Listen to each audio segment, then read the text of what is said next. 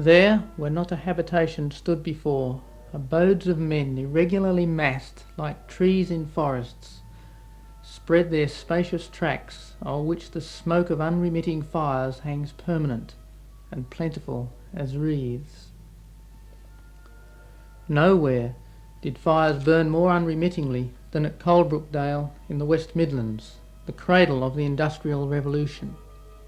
Here, open-air furnaces once sent up their cones of flame day and night. But these furnaces of hell now lie empty and crumbling. Willow herb grows over the scarred earth of Blist's Hill, now an open-air museum with relics of the steam age. Men have taken coal and wood and clay, and their ghost engines stand here as silent witnesses to their rapacity, but also to their skill and craftsmanship. Most striking of all is the world's first iron bridge, built before the first fleet landed in Australia.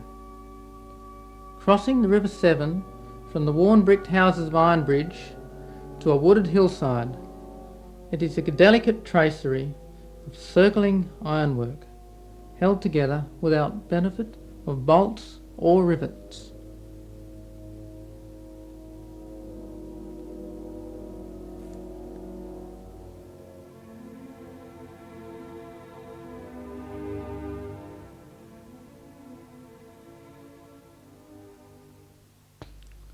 But craftsmanship still lives in the Midlands. The industrial identity of each town has not been lost.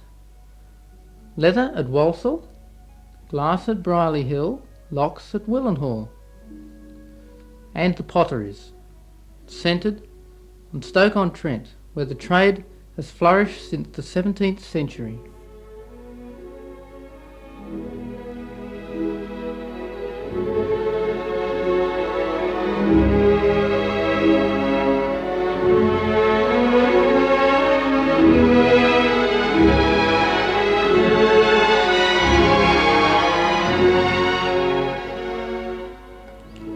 Before the last war, nothing could be seen from the hills overlooking Stoke, except a black inferno of smoke and belching chimneys. Children sweated here all day, heaving and pounding clay and lifting moulds.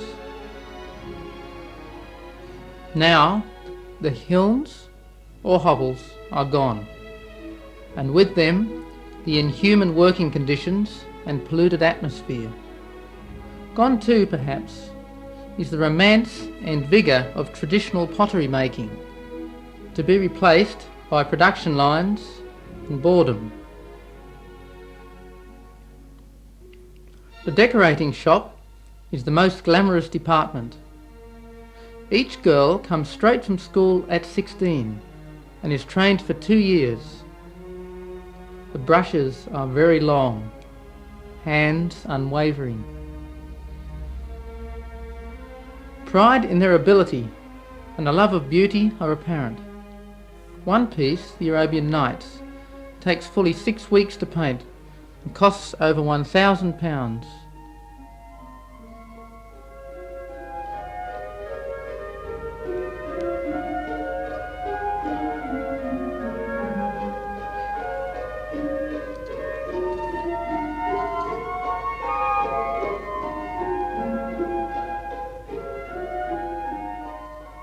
No less a craft is glass blowing.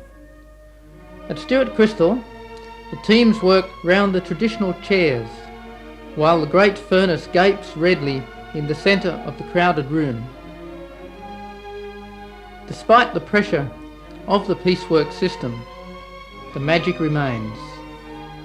The teamwork, skill, and the beauty of the material itself.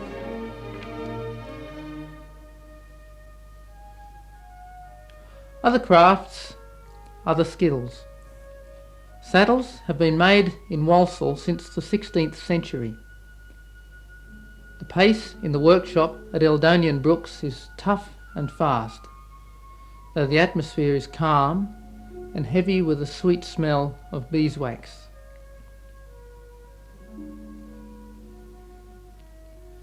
skills long dead have been revived thanks to the Englishman's keen interest in his country's history.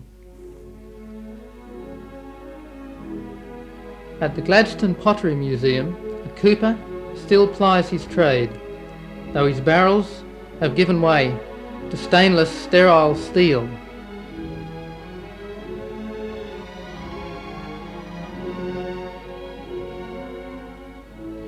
But England does not live in the past.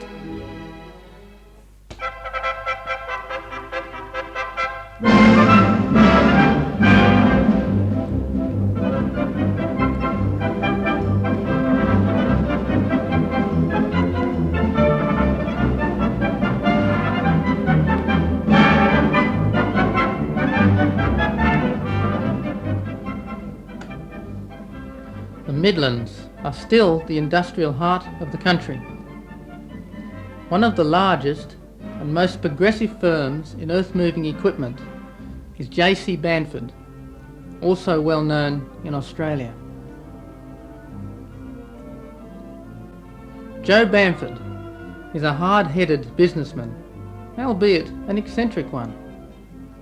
The team's visit was enlivened by a confrontation with a polar bear in the foyer and a baleful tiger in the drawing office.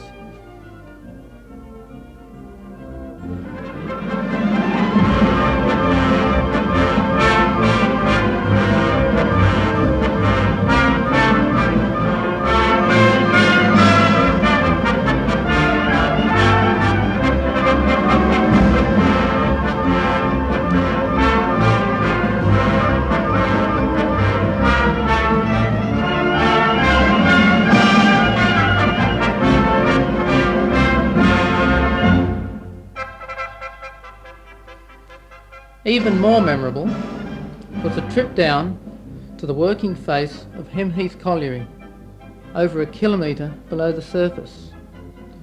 Low dark tunnels supported by creaking twisted girders. The whirring teeth of the cutting machine as it passed by at arm's length amid showers of gritty coal powder. Never has a piping hot shower been more welcome. Or, for that matter, a refreshing, ice-cold schooner at the local pub. In this case, a pint of warm beer and a cold pork pie at one of the strangest pubs in all England, the Crooked House. Gravity pulls wildly in random directions, and impossibly, a bottle rolls uphill along the bar.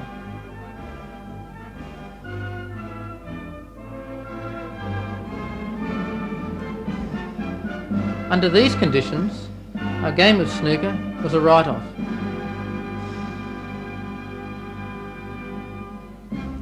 You couldn't even trust the bowling greens. They had a hill in the centre, so that a bowl would zigzag across, seemingly with a mind of its own.